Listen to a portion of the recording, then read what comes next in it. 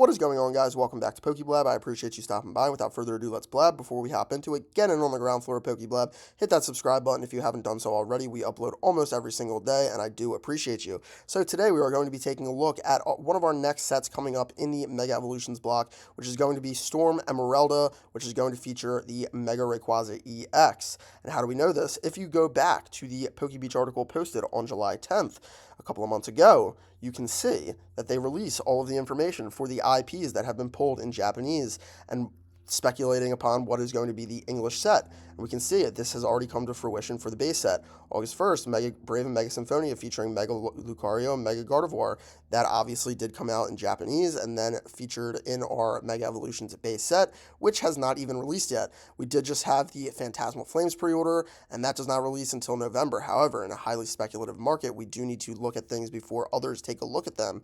We can also see September 26th, the Inferno X set for Japan, featuring Mega Charizard EX, obviously correlates to our Phantasmal Flames. Then we do have the Legends ZA worldwide release, and then after that we have the following IPs that have been pulled in Japanese, but we do not have confirmed release dates. Ninja Spinner, which we believe correlates to a Mega Greninja. Storm Emeralda, featuring a Mega Rayquaza. Abyss Eye, not sure exactly who that's going to feature, and then Mega Dream EX releasing in Japan. They say it's going to be a high class set, which means a special set in English, and it's speculated that we are going to be getting a Mega Dragonite here. So for the extent of this video, we are going to be talking about Storm Emeralda. We do believe that, and if you see here, a trademark for Storm Emeralda has been filed by Pokemon. It is under the same terms as trademarks used for sets names in the past. The name sounds like it is referring to Rayquaza, the mascot for Pokemon Emerald, right? So pretty good chance we're getting the Mega Rayquaza, which is great because we did not have a Rayquaza chase in Scarlet and Violet. So we will go over a couple of the products, a couple of the Rayquaza products that we think is going to increase in price and we can speculate upon. However, I do see people already taking a look at Rayquaza cards and saying, hey, if we're getting a Rayquaza set, we should be looking at this product. However, are they looking at Groudon cards? Are they looking at Kyogre cards? What is the opportunity for these cards to also be in a similar set? So let's start off with our products for Rayquaza. One, we have Celestial Storm, both the booster box and the ETB. Now, the only problem with this is it is very expensive, meaning it is outside of the price range for a lot of collectors and even investors, right? I know a lot of people say, oh, all of these million, trillion, jillionaires are coming to the Pokemon hobby, they're buying everything up, they don't care about the price. Okay, that's great and that's cool for them, but even sourcing this product is difficult. So if you had all the money in the world and you wanted to buy this product, I mean, there's only 7 on TCG Player, right? So if you go to a massive card show, maybe one person has this box, maybe nobody has this box. So I do believe a lot of the big money coming into the space are kind of networking and making friends or connections so that they can get a lot of modern product in terms of like palettes and things like that. But that is also the case for the Celestial Storm for the ETB as well. A very highly sought after product. Rayquaza, it's old, it's from Sun and Moon. It just doesn't move a lot though, right? So when we have a new set coming out and we want to speculate upon something, generally we're going to look at the cards. And I do agree, some people have already been looking at this card. It's gotten a slight uptick from its lows in the mid 650s, low 650s, back into the high 600s. It did peak around $800, and I do think it certainly could get back to that point. I do think this is probably the best card in Evolving Skies. I know that might be a hot take comparing it to the Umbreon. I do appreciate the Umbreon. I think it's a great card. I do understand that there's a lot of hype around it. I do think that also the Umbreon, part of its appeal is it represents a time in the hobby, right? Whether it be $2,000 today, $4,000 tomorrow, $3,000 next day, whatever it is, it represents the hype cycle that we are in. It represents the nature of the market at this point. So it's more than just the shiny cardboard itself, it's what it represents, right? But I do think that Rayquaza in the future could overtake that card and eventually become the chase in Evolving Skies, but that remains to be seen. Like I said, people are already starting to somewhat move into this card, and I wouldn't be surprised if there are a lot of people that move into this card when the set list is revealed or when the Rayquaza, sealed product is revealed. So, what else in Evolving Skies? We do know that this also comes in that set. For me personally, I don't really like this card very much, but it probably will move when a Rayquaza set comes out. It's just my opinion. It doesn't have to happen.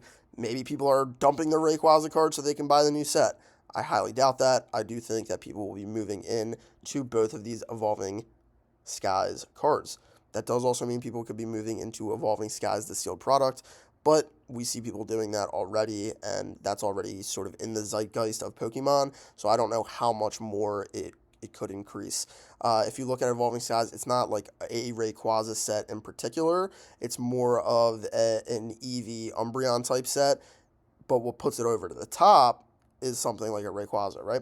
So next is the Mega Rayquaza card itself. This is from Ancient Origins. Ancient Origins, one of the most highly sought after sets, but similar to Celestial Storm, it doesn't move a lot because the sealed product is so expensive. Even if you look at this card, to buy a single near mint copy, you are looking at $1,500. Now, that doesn't necessarily mean that if you go out and look for this card that you wouldn't be able to find it at a better price.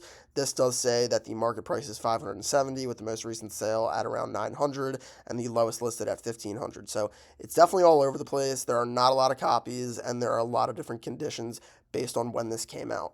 So let's hop into Kyogre. So, there are not a ton of amazing Kyogre modern cards, I would say.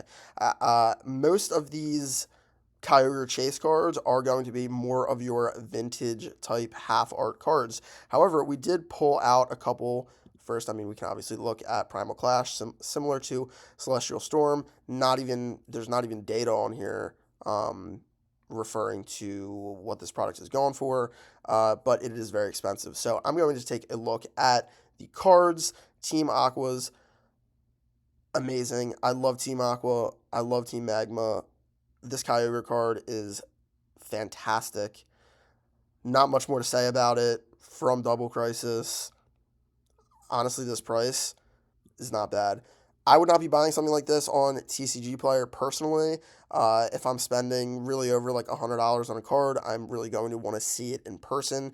The difference between moderately played, lightly played, and near mint, not everybody really agrees on that, right? Like, there's not a specific thing that makes it moderately played versus, lightly played.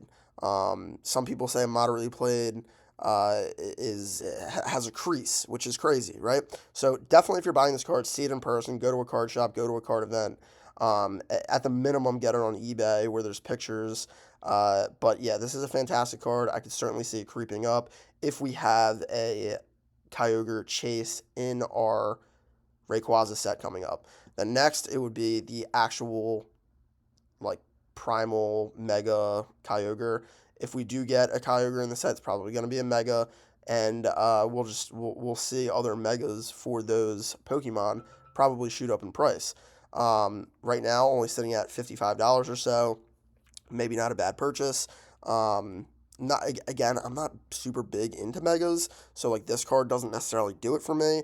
But as a short to midterm investment piece, maybe it would make sense. Where alternatively, like I don't have this card, but I will be going to a card show here shortly and looking for this card in a good condition at a good price.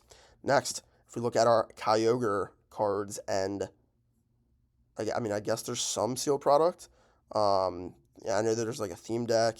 So, I mean, we'll see if anything happens there. But we do know that we have this Chase from the Paradox Rift set.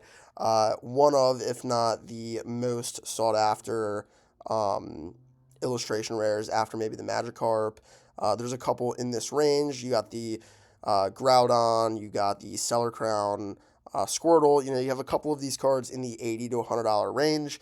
I do think we will get some sort of Groudon card if we get a Rayquaza set, so maybe something to look at. This is kind of at its all-time highs. You did have all the opportunity in the world to buy it down here in the $60 to $75 range, off its all-time highs at about $100, and now we are creeping back up to all-time highs.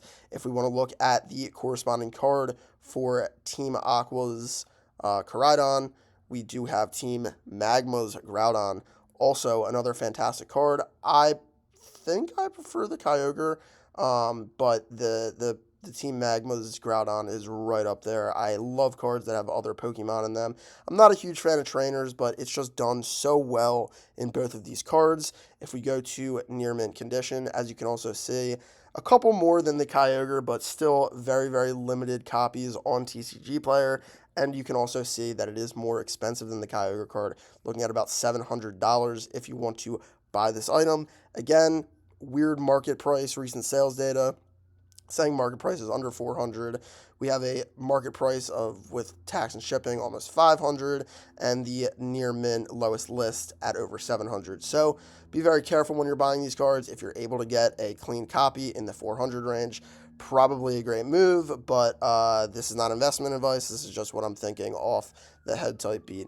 So then we can also look at the Primal Groudon EX Shiny Full Art, again from Ancient Origins. Ancient Origins sealed product is going to be very hard to find and very expensive, but if we go to near mint, only 3 copies, $400. Now, I personally would not buy this card for $400.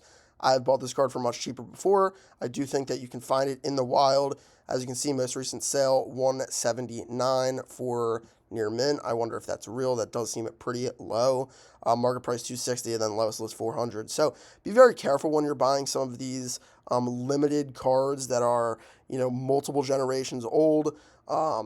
It's really a game of finding a good copy in good condition at the right price. If we want to do one more, we can look at this guy right here, which I also had at one point. The Primal Groudon EX from Primal Clash. Again, a decent looking card. You can obviously see the mega lines that we're getting in our new set.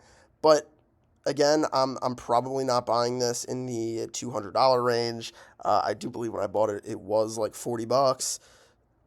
Again, very strange. It says near mint, most recent sale, $48, market price almost $200, and the lowest list with tax, etc., you're going to be well above $200. So I don't know exactly. I'm not even confirming that we're going to get a Groudon and Koraidon in the Rayquaza set, but just something that I'm thinking about. I will be looking for Rayquaza, Groudon, and Kyogre cards as I go to my next card show. I don't think I'll be buying any of the sealed product that I've shown in this, just because there's such a limited amount of sales that it's hard to speculate upon where the market might go. But yeah, so appreciate y'all stopping by. Let me know if you think I'm totally off base, or if you think that this is interesting to talk about. I do not see anybody talking about the Groudon or Kyogre possibilities in the upcoming set, and I really see a very limited number of people even talking about, getting into maybe some Rayquaza products. So let me know if I'm off base. Let me know if you think what I'm saying makes sense.